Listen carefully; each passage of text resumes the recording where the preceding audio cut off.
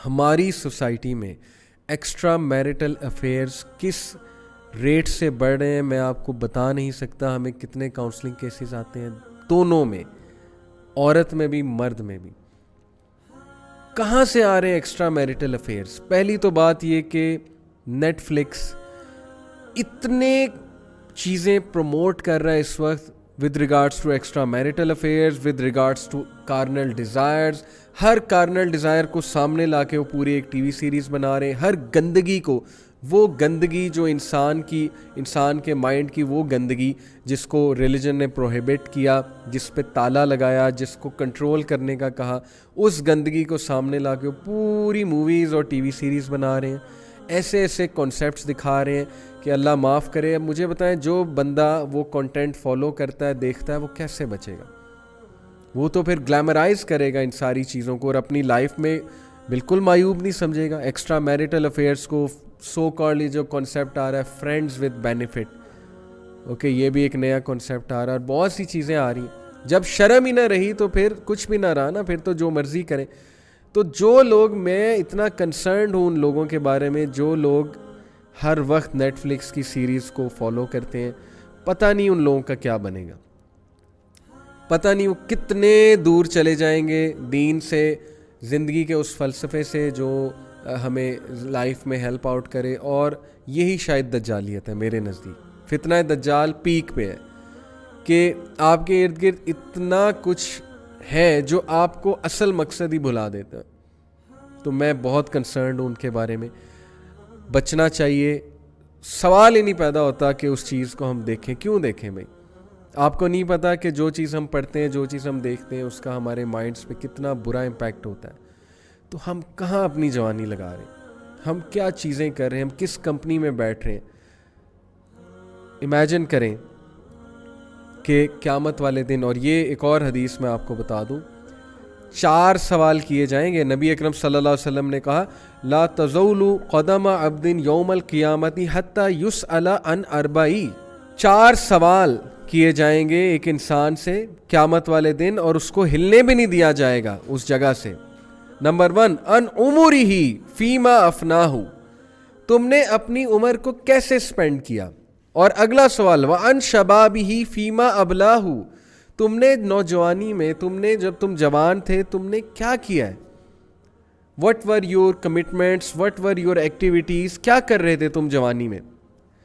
اس حدیث میں کہاں یہ لکھا ہے کہ نہیں بڑھاپے میں آ کے عبادت شروع کر دی تھی تو جوانی کا سوال نہیں ہوگا. یہ کہاں ہے؟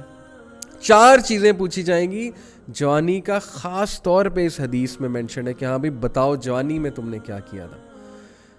سوچیں, ہمارا ریکارڈ کھلے قیامت والے دن, اور یہ اس پوائنٹ سے ریلیٹڈ اللہ کے نبی صلی اللہ علیہ وسلم نے کہا نا, take advantage of your free time before your work.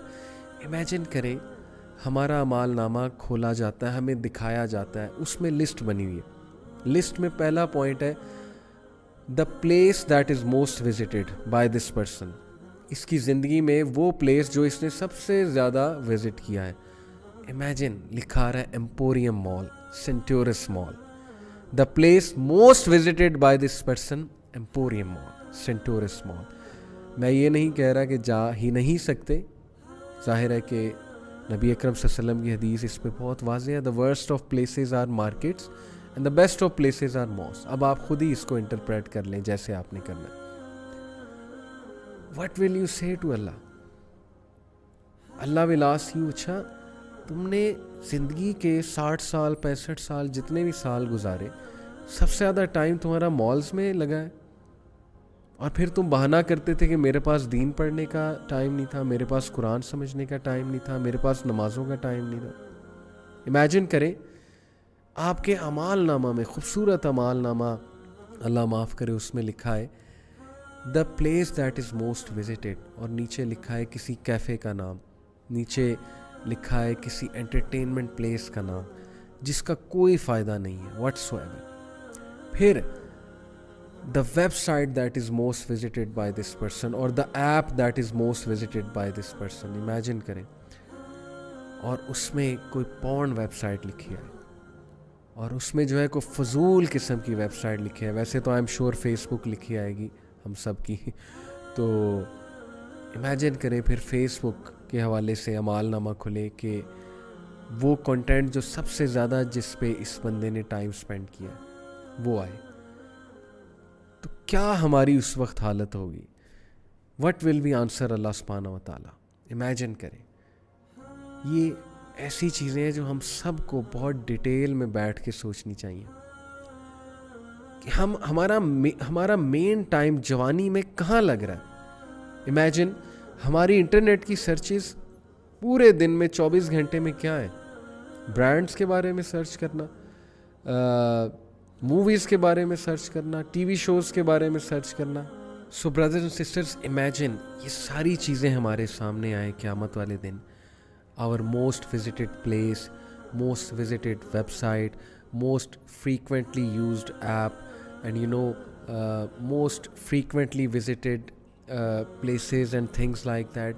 یہ ساری لسٹ ہمارے سامنے آئے اور ہم اس لسٹ کو دیکھیں. کیا جواب دیں گے ہم اللہ کو؟ کیسے جسٹیفائی کریں گے ہم ان چیزوں کو؟ کیا آپ کبھی ایسی سچویشن سے گزرے ہیں کہ آپ کوئی پریزنٹیشن دے رہے ہوں ایک جیوری کے سامنے، اسپیشلی فائنل ایئر پریزنٹیشن، یا آپ اپنا کوئی پروجیکٹ جو ہے وہ پریزنٹ کر رہے ہوں اور وہ جو آگے بیٹھے ہوئے ہیں جیوری میں وہ آپ کو ایک دم کویشچن کرنا شروع کر دیں اور آپ سے پوچھنے لگ جائیں یہ کیسے کیا، یہ کیسے کیا ہے؟ کیا حالت ہوتی ہے اس وقت؟ میں تو گزرا ہوں اس سچویشن سے اپنی یونیورسٹی لائف میں. کیا پاؤں تلے زمین نہیں نکل جاتی؟ پریشر میں نہیں آ جاتا بندہ؟ ایک دم بندے کا یہ دل نہیں کرتا کہ میں بس یہاں سے بھاگ جاؤں؟ تو امیجن کریں وہ دن رب العالمین ہم سے پوچھے گا کہ بتاؤ جوانی کیسے تم نے اسپینڈ کی، کیا کرتے تھے، کیا ایکسکیوز تھا تمہارے پاس؟ ہم کیا ایکسکیوزز دیں گے؟ یہ ایکسکیوز تھا کہ ہم نے سوچا ہوا تھا، پری پلانڈ تھا کہ نہیں بڑھاپے میں جا کے ہم نے سب کچھ کرنا ہے.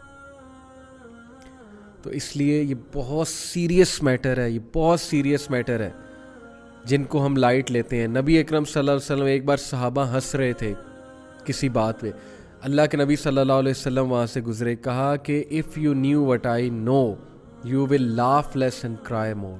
اگر تم جانتے جو میں جانتا ہوں تو تم روتے زیادہ اور ہنستے کم. اس کا یہ مطلب نہیں ہے ہنسنا منع ہے، لیکن امیجن نبی اکرم صلی اللہ علیہ وسلم نے اس وقت کیا ریمائنڈ کرایا. اللہ کے نبی صلی اللہ علیہ وسلم نے کہا کہ سورہ ہود نے it has turned my hair grey, اور ایک اور سورت کے بارے میں بھی آئی تھنک یہ سورہ نازیات کے بارے میں بھی ہے کہ اس سورت نے میرے ہیئر کو گرے کر دیا. It has grown me old.